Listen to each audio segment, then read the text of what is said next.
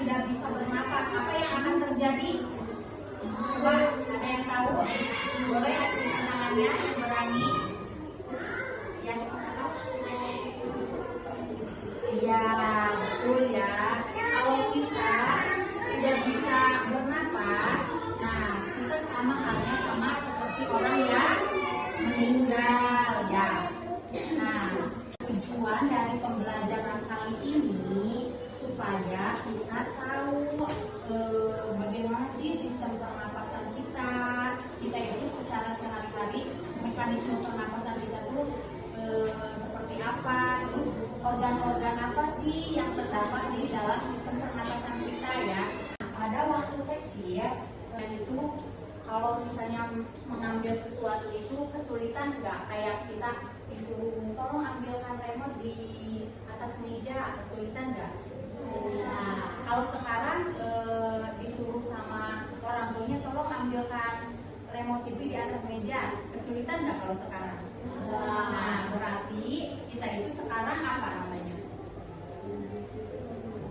Bertumbuh ya, semakin waktu itu kita tingginya masih segini nih, sekarang udah segini, berarti kita itu bertumbuh ya, bertumbuh.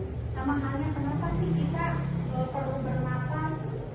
Kalau misalnya kita tidak bertumbuh, otomatis kita juga tidak bernapas ya. Jadi saling keterkaitan ya. Di sini ada yang tahu nggak organ-organ sistem pernapasan apa aja? Ada yang tahu? Tahu nggak? Siapa yang tahu? Nah, Ibu jelasin ya. Organ-organ pernapasan kita itu, nah tadi kan ada apa aja tadi organnya? Hidung, terus taring, terus trachea, ya, paru-paru. Nah, coba hidung fungsinya untuk apa sih? Kita punya hidung itu untuk apa sih? Ya, bernapas, menghirup udara. Nah, itu di mana pintu masuk dan keluarnya si udara ya, udara dari kita. Nah, terus setelah hidung itu si pernapasan kita itu akan langsung masuk ke paring, di mana si paring itu si udara masuk yang dari hidung ya, masuk ke paring. Setelah paring terus ada laring. Laring itu adalah pangkal tenggorokan, di mana di dalam paring itu kita itu ini bisa berbicara, berarti ada apa di dalam laring itu? Kalau kita bisa berbicara berarti ada apa? Ayo, ada yang tahu? Berarti adanya pita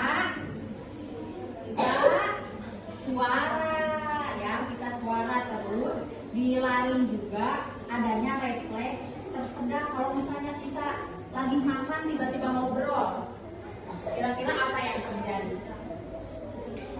Tersedak ya. Jadi kan di sini itu ada katup yang namanya itu katup epiglotis ya. Jadi kalau misalnya kita lagi makan nih tiba-tiba banyak bicara, nah nanti si katupnya juga bingung. Saya tuh harus menutup atau membuka gitu ya. Nanti kalau misalnya kita terlalu banyak bicara pada saat kita makan, otomatis si katupnya itu akan membuka. Jadi pernah gak kalian makan tiba-tiba nasinya itu masuk ke dalam hidung? Pernah gak? Pernah kan? Nah, itu akibat kita itu banyak berbicara ya. Terus setelah lari itu adanya trachea. Nah, trachea itu bisa disebut juga dengan batang tenggorokan ya, batang tenggorokan yang ada di dalam tubuh kita ya. Setelah itu ada bronkus. Nah, si bronkus ini percabangan dari batang tenggorokan. Nah, di bronkus ini ada bronchiolus sama alveolus. Nah, si alveolus ini yaitu apa sih? Ngituin pembuluh darah ya. Alveolus itu adanya pembuluh darah. Nah, di alveolus ini adanya pertukaran si oksigen dan CO2 atau karbon dioksida. Nah, disitulah pernapasan kita tuh adanya pertukaran ya. Setelah itu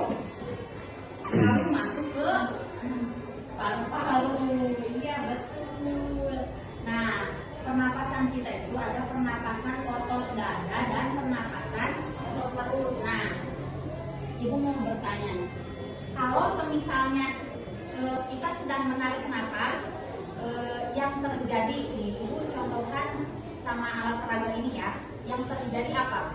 Si otot dadanya itu mengembang atau menipis?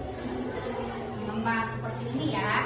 Nah, kalau kita ini menarik napas ya, kalau kita keluarkan napasnya, otomatis si paru-paru kita akan menipis ya. Sampai di sini ada yang mau ditanyakan enggak? Apa Ibu yang bertanya? Oke, Ibu akan bertanya ya.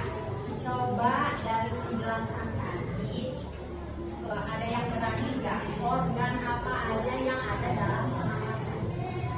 Coba, ada yang berani enggak? Sebutkan organnya. Ada yang berani? Berani? Betul.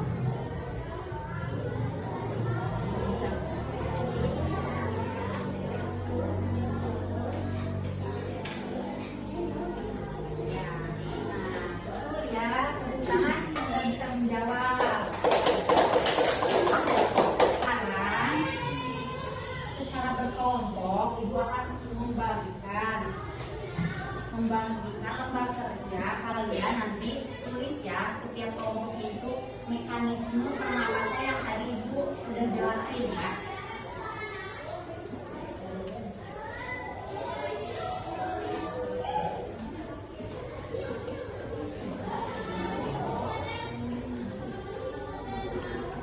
Sekarang bukan lembar kerja yang kedua ya.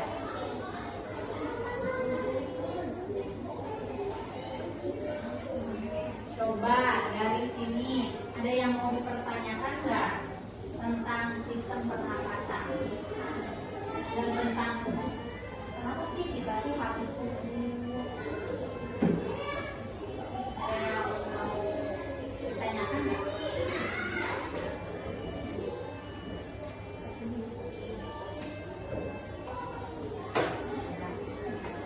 Kalau nggak ada, mungkin sesi pembelajaran kali ini Ibu cukupkan ya. Selanjutnya kita akan membahas tentang